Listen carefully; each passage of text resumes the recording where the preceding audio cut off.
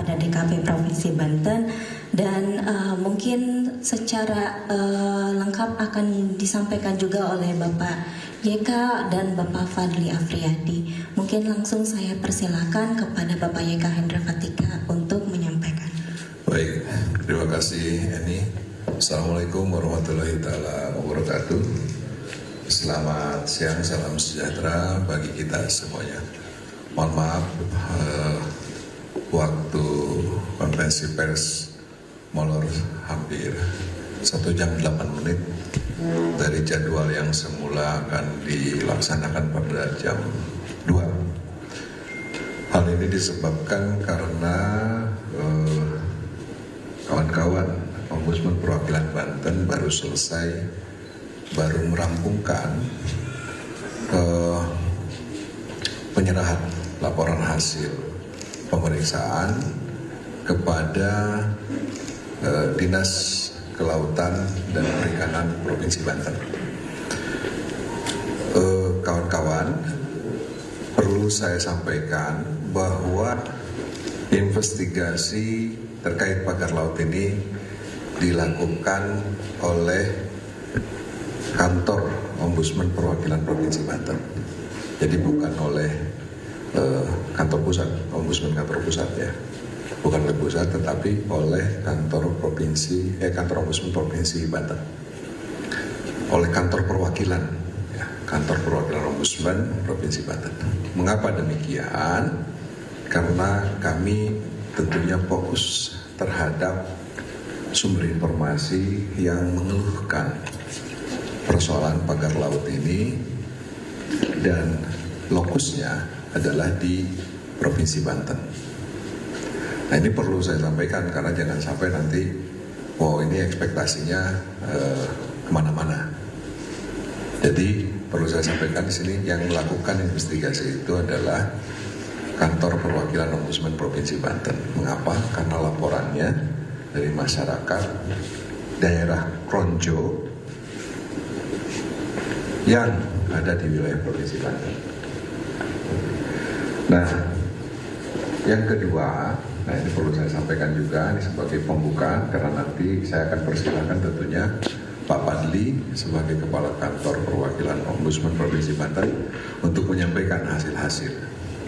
Yang kedua, bahwa yang kami investigasi fokus terhadap fungsi pengawasan DKP Provinsi Banten. Mengapa? Karena asumsinya adalah adanya dugaan maladministrasi. Nah, kalau dugaan maladministrasi, maka satu-satunya institusi yang memiliki kewenangan untuk mengawasi pemanfaatan ruang wilayah laut sepanjang 12 mil dari pinggir pantai itu adalah kewenangannya Dinas Perikanan dan Kelautan Provinsi Banten. Jadi yang kami uji itu adalah kewenangannya untuk melaksanakan kewenangan tersebut. Nah, di luar daripada itu, isu yang beredar kan sudah merujuk kepada potensi pidana. Gitu. Nah, Ombudsman tidak masuk ke arah sananya. Kenapa? Karena itu bukan kewenangan Ombudsman. Saya harus perlahan-lahan menyampaikan. Karena banyak juga masyarakat yang tidak paham apa sih itu peran Ombudsman. Jadi yang kami ingat. Nah, kalau misalnya ada pertanyaan, terus pagar yang sepanjang 30 km itu apakah kesalahan murni Dinas Perikanan dan Kelautan Provinsi Banten? Tentu tidak. Ya, tentu tidak. Jadi, kalaupun itu adalah misalnya kesalahannya Dinas Provinsi apakah itu adalah mutlak pembangunan 30 km itu ya, pagar laut itu kesalahan dari Dinas Kelautan dan Perikanan Provinsi Banten? Tentu tidak. Namun dalam investigasi ini Ombudsman hendak menguji kewenangan yang dilakukan oleh DKP dalam melakukan fungsi pengawasan. Nah, yang ketiga, tentunya nanti dari hasil-hasil yang disampaikan Nah, Ombudsman juga mencatat bahwa isu ini pada akhirnya menjadi isu nasional. Yang tentunya publik pun juga menunggu bagaimana hasil investigasi yang dilakukan oleh Ombudsman, meskipun itu hanya menguji kewenangan fungsi pengawasan. Tentunya publik harus tahu agar semuanya menjadi terang benderang, karena persoalan ini bukan saja sudah tidak hanya lagi ditindaklanjuti oleh Ombudsman, KKP sudah bertindak, TNI Angkatan Laut juga sudah bertindak, dan kami mengucapkan terima kasih atas respon cepat dari TNI Angkatan Laut. Kementerian ATR BPN juga sudah memberikan pernyataan terkait misalnya sertifikat HGB di daerah, di Desa Kohok, gitu. Nah, jadi Ombudsman sesuai dengan fungsinya, nah ini saya sebutkan di dalam pasal 8 ya.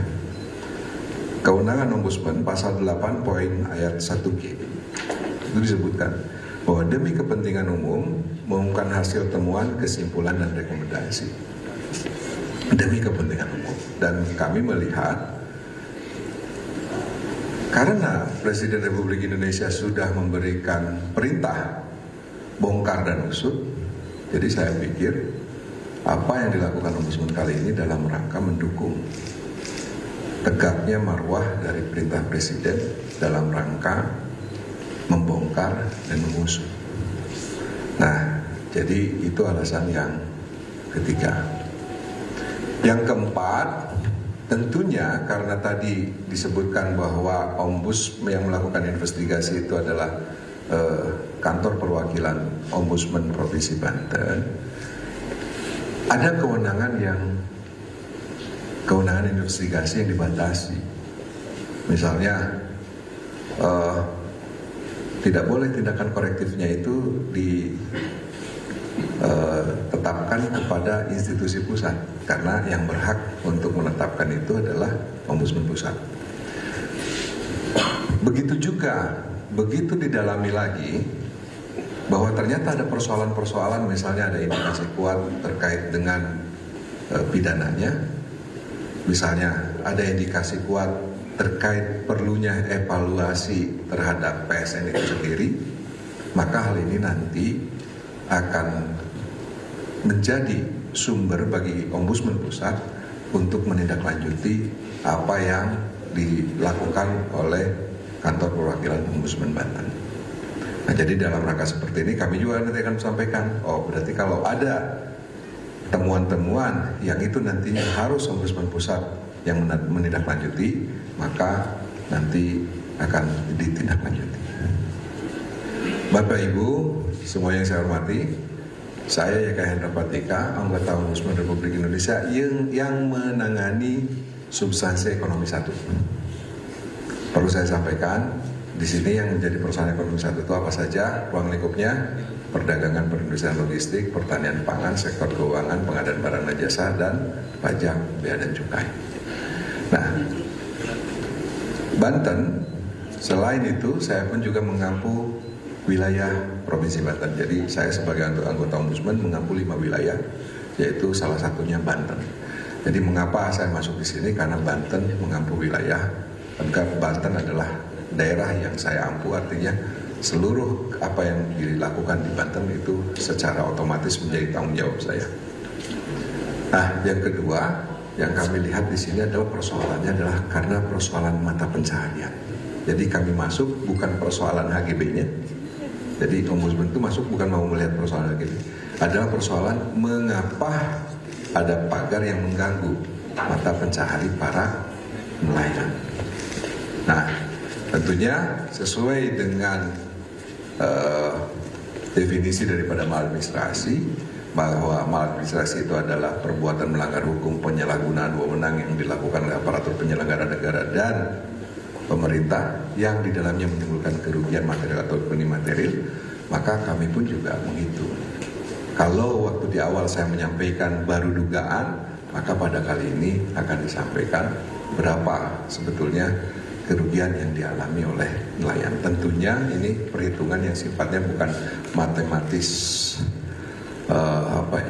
ansih, lebih kepada pendekatan untuk menduga terhadap kerugian yang dialami. Adapun jumlah kerugian yang secara pastinya tentunya itu harus dihitung satu persatu.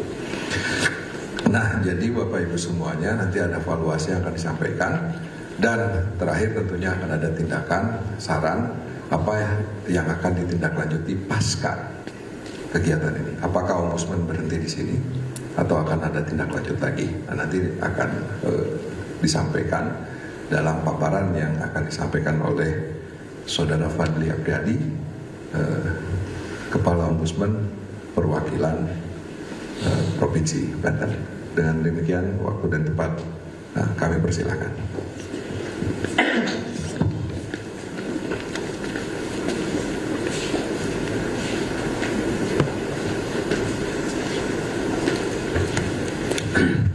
Baiklah, terima kasih Pak Yeka. Assalamualaikum warahmatullahi wabarakatuh. Yang saya hormati, saya banggakan Pak Yeka Indra Pratika selaku pimpinan dan pengampu untuk wilayah Banten, rekan-rekan media yang berbahagia. Terima kasih atas waktu dan kesempatannya. Mohon maaf waktunya terlambat 1 jam ya dari yang kita rencanakan. Baiklah, kami akan menyampaikan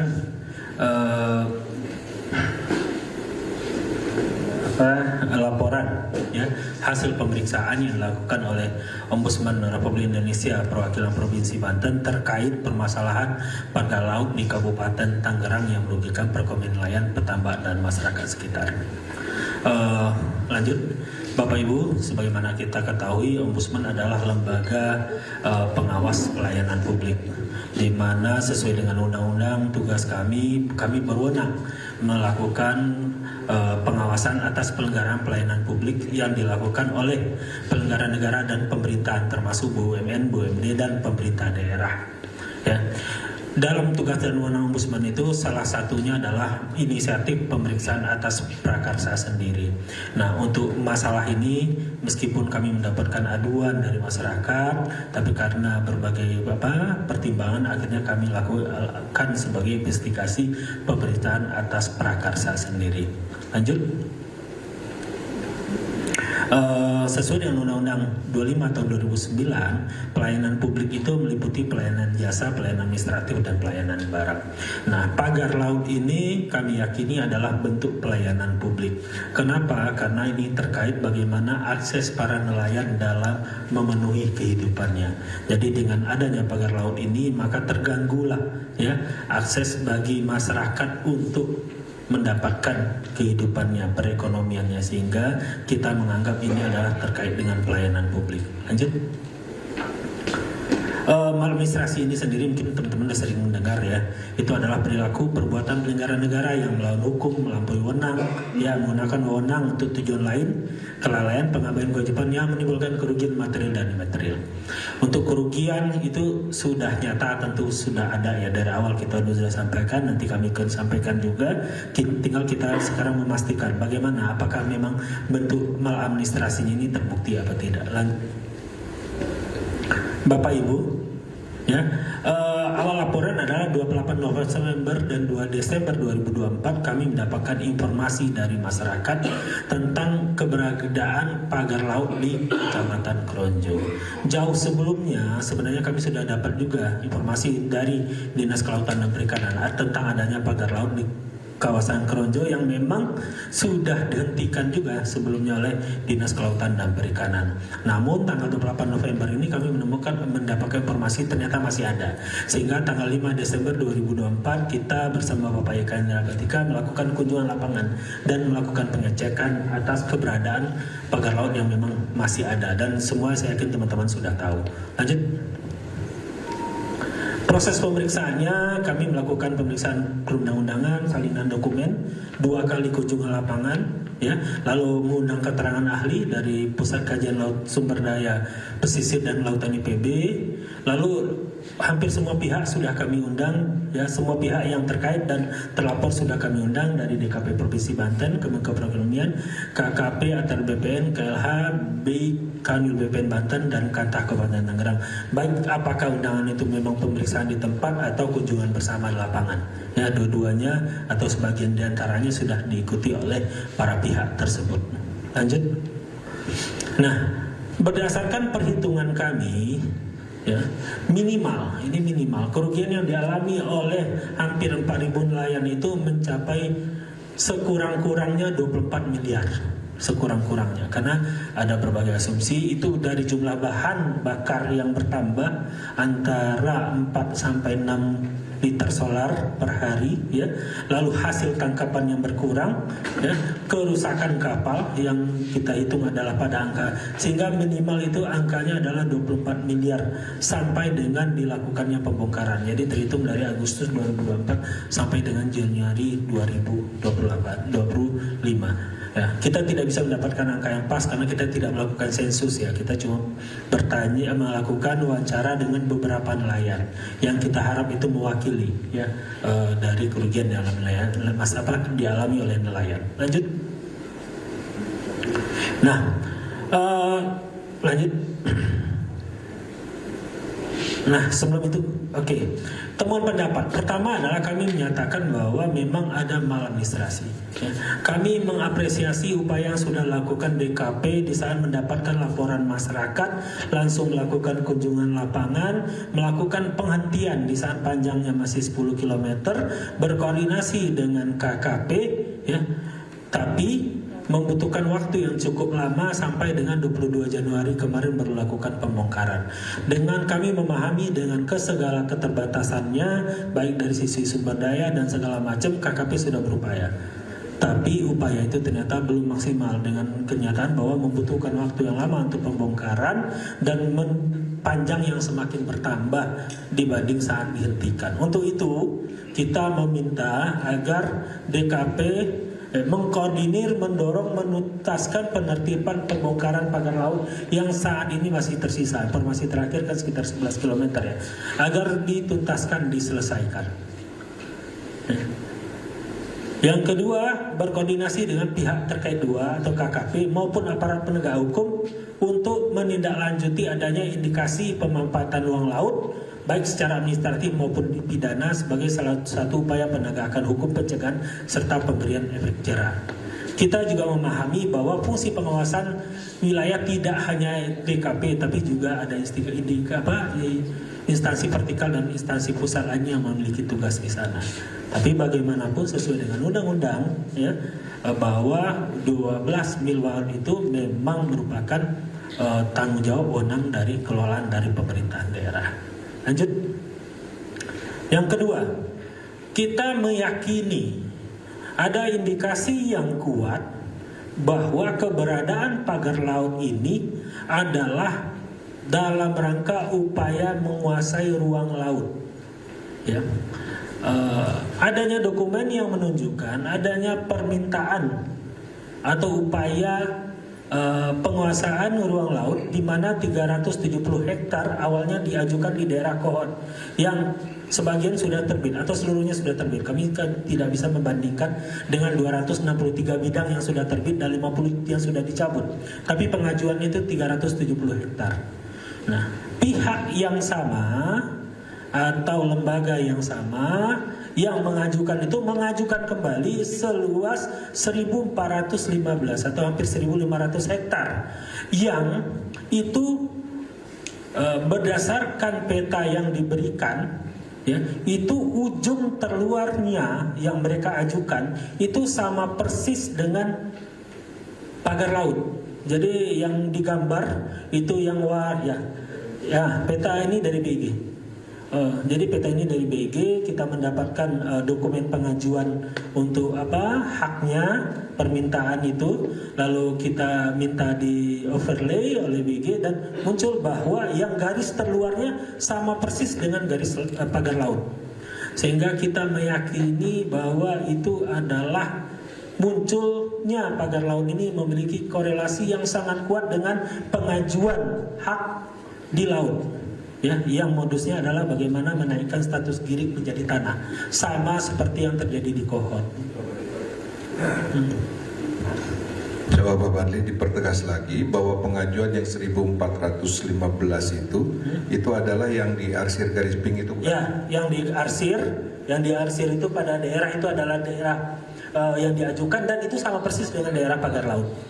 Jadi batas ujungnya itu adalah yang berwarna pink itu. Nah, itu adalah batas bagian terluar dari pagar laut. Nah, dan itu jadi pengajuan itu sama persis dengan pagar laut. Ya, salah satu suratnya menyatakan bahwa guna mengidentifikasi kepemilikan pertama, artinya adalah pengajuan Girik menjadi hak, maka mereka akan membangun secara tradisional sekatan-sekatan berupa cerucuk dari bambu. Ya, itu dinyatakan jelas dari surat pengajuan tersebut, akan membangun secara tradisional berupa cerucuk-cerucuk dari bambu, ya, yang menyerupai sekatan-sekatan sehingga memudahkan identifikasi. Kami menenggarai identifikasi di sini adalah pengukuran, karena kalau enggak gimana cara mengukurnya kan, batasnya tidak ada. Ya, jadi kita meyakini bahwa ada indikasi yang sangat keterkaitan antara pengajuan ini, dan keterkaitan yang sangat kuat antara pengajuan yang pertama dengan yang kedua. Pengajuan yang pertama adalah yang di Kohot yang sudah terbit. Pengajuan yang kedua, ya, meskipun dari teman-teman BPN menyatakan belum masuk suratnya, ya, tapi proses ke Kementerian KKP itu sudah dilakukan, ya. Sudah dilakukan, meminta apakah di sana termasuk wilayah laut atau bukan. Nah, itu sudah ditindaklanjuti oleh KKP dengan menyatakan itu bukan.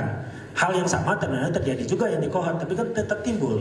Jadi kita mendorong agar aparat penegak hukum mengusut tuntas indikasi pidana tersebut.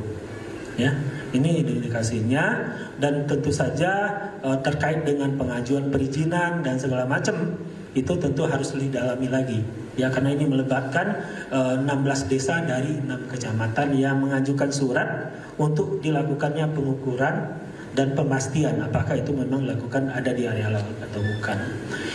Nah, kami juga mencatat ada beberapa indikasi pidana yang lainnya. Yang pertama, sebagaimana kita tahu, itu pagar tidak berizin, ya, potensi dampak terhadap lingkungan, gangguan ketertiban umum, kerugian masyarakat yang kami perkirakan minimal adalah sebesar 2,4 miliar, adanya upaya penguasaan ruang laut yang dibuktikan dengan beberapa dokumen yang kita peroleh, dan adanya peredaran 2 surat yang diduga palsu yang digunakan untuk mendukung upaya, ya, pengajuan mendapatkan wilayah ruang laut tersebut. Ya, jadi kita berharap dan berkeyakinan ini indikasi kuatnya pagar laut itu motifnya adalah penguasaan ruang laut. Ya, makanya jangan sampai yang 1.500 itu tetap ditindaklanjuti, ya, sehingga terulang lagi kejadian yang di Kohot. Terus, dan yang berikutnya adalah bahwa berdasarkan hasil pemeriksaan, Ombudsman berpendapat bahwa pagar laut tersebut berada di 5 kecamatan dari 6 kecamatan yang ada PSN-nya. Jadi berada di luar, di depannya, ya, wilayahnya.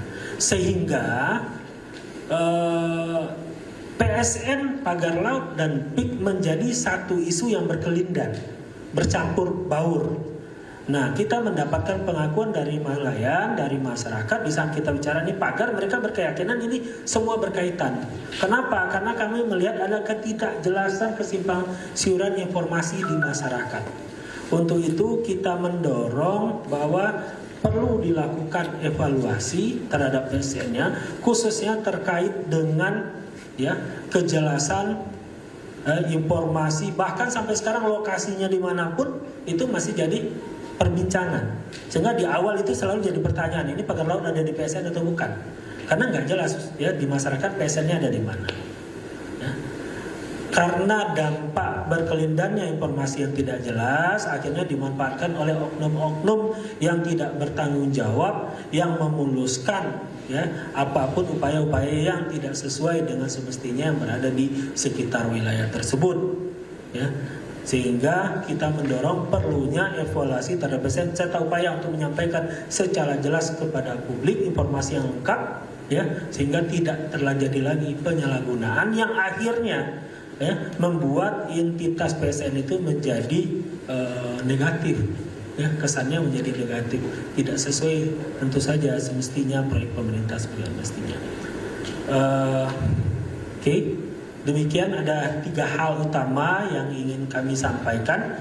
Yang pertama adalah tadi bahwa kita memang dugaan maladministrasinya itu ada. Tindakan korektif yang kita sampaikan adalah penuntasan pencabutan dan upaya untuk berkoordinasi dengan pihak terkait. Yang kedua adalah terkait dengan pidananya. Ya, kita minta para penegak hukum untuk segera mungkin masuk dan membuktikan bahwa ada indikasi pidana, khususnya terkait dengan status tanah, di mana kami meyakini ada keterkaitan yang sangat kuat antara pagar laut dengan upaya penguasaan ruang laut, ya, di mana ada 2 kali upaya. Upaya yang pertama adalah 370 hektar yang berhasil menjadi 263 bidang SHGB yang saat ini 50 sudah dicabut, dan ada upaya 1.400-an, hampir 1.500 hektar lagi pada lokasi yang berhimpitan dengan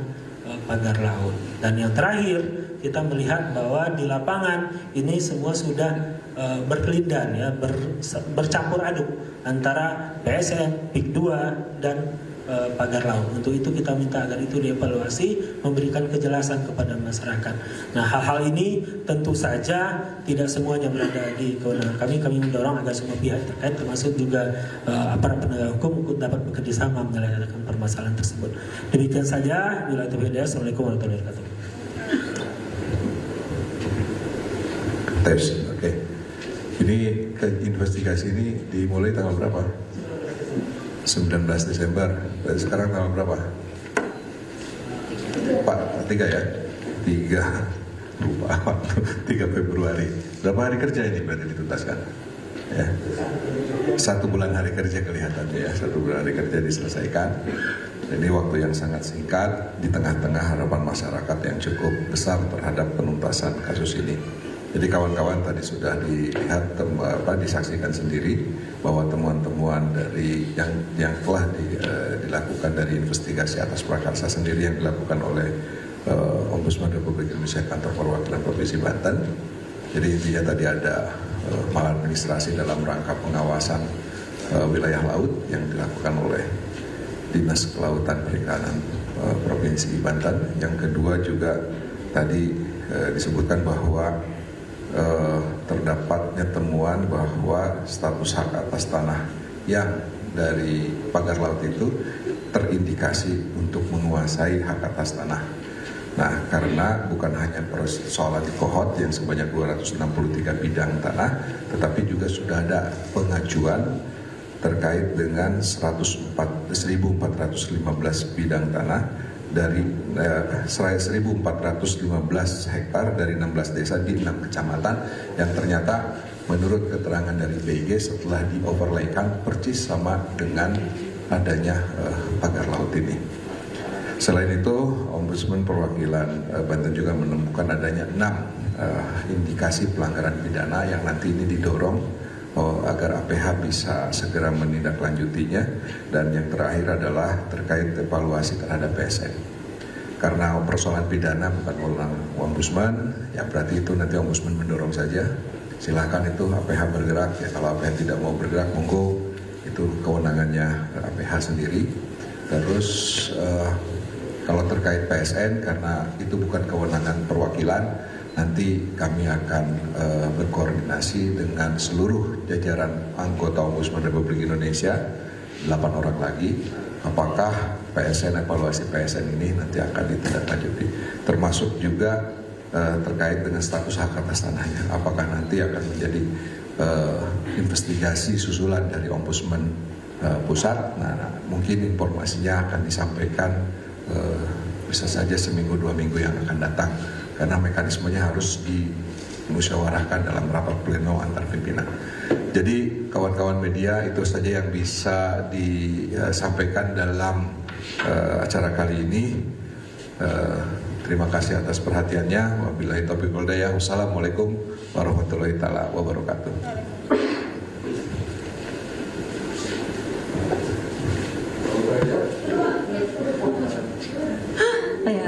masih ada yang harus. Jangan memprovokasi, jangan yang susah-susah, jangan yang nyudutin. Ya, siap. Baik. Mungkin bagi untuk sesi pertama untuk 3 penanya dulu, mohon sebutkan nama dan medianya dari mana, Pak? Oh ya, baik. Saya Fadil dari Kumparan. Mohon izin tanya Pak Yeka dan Pak Fadli, tadi dipaparkan bahwasanya dari pihak Ombudsman sudah melakukan pemeriksaan kepada para pihak, dan tadi dipaparkan ada beberapa, tapi tidak ada terlihat atau mungkin tidak ada dipaparkan bahwasanya ada melakukan pemeriksaan terhadap kepala desa yang berada di kawasan pagar laut itu. Apakah memang Ombudsman tidak melakukan pemeriksaan terhadap kepala desa itu atau bagaimana? Dan kalau misalnya memang tidak dilakukan pemeriksaan itu alasannya kenapa, dan apakah selanjutnya setelah ini dari Ombudsman ia bakal melakukan pemeriksaan terhadap kepala desa itu, mungkin salah satunya terkait dengan di Desa Kohot. Mungkin itu saja Pak, terima kasih. Terima kasih. Langsung jawab saja.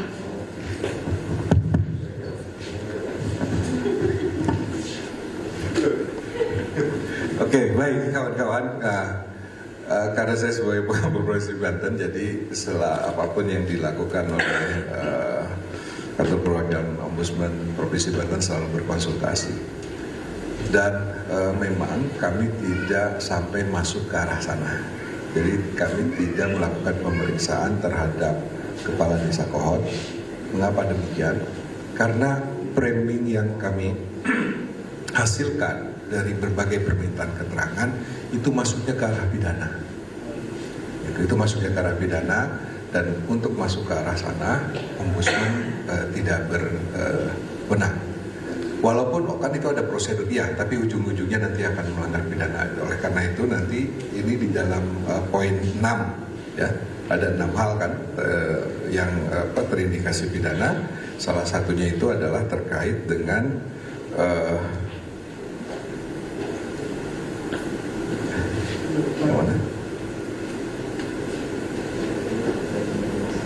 terkait dengan upaya penguasaan ruang laut ya.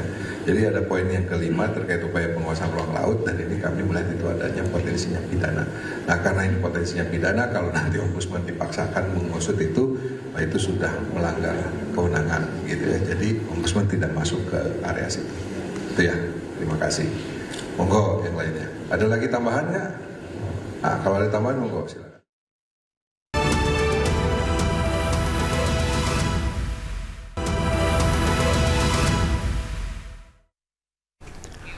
Kembali di Breaking News, pemirsa, baru saja kita saksikan bersama konferensi pers yang dilakukan oleh Ombudsman Republik Indonesia terhadap dugaan adanya pelanggaran maladministrasi terhadap proyek pagar laut, di mana tadi ada 3 poin utama yang dilakukan atau yang dipaparkan oleh Ombudsman Republik Indonesia. Yang pertama, adanya dugaan maladministrasi yang ditemukan atas hasil investigasi kantor perwakilan Ombudsman Provinsi Banten. Yang kedua, adanya indikasi 6 pelanggaran tindak pidana yang dilakukan oleh Dinas Kelautan dan Perikanan Provinsi Banten, di mana penegak hukum harus atau didorong harus menyelidiki status atas tanah di wilayah pagar laut. Dan poin yang terakhir yang dipaparkan oleh Ombudsman adalah evaluasi terhadap proyek strategis nasional PIK dan proyek pagar laut, karena Ombudsman Provinsi Banten menemukan adanya saling keterkaitan antara proyek PSN, kemudian PIK 2 dan pagar laut, yang nantinya rekomendasi ini akan disampaikan oleh Ombudsman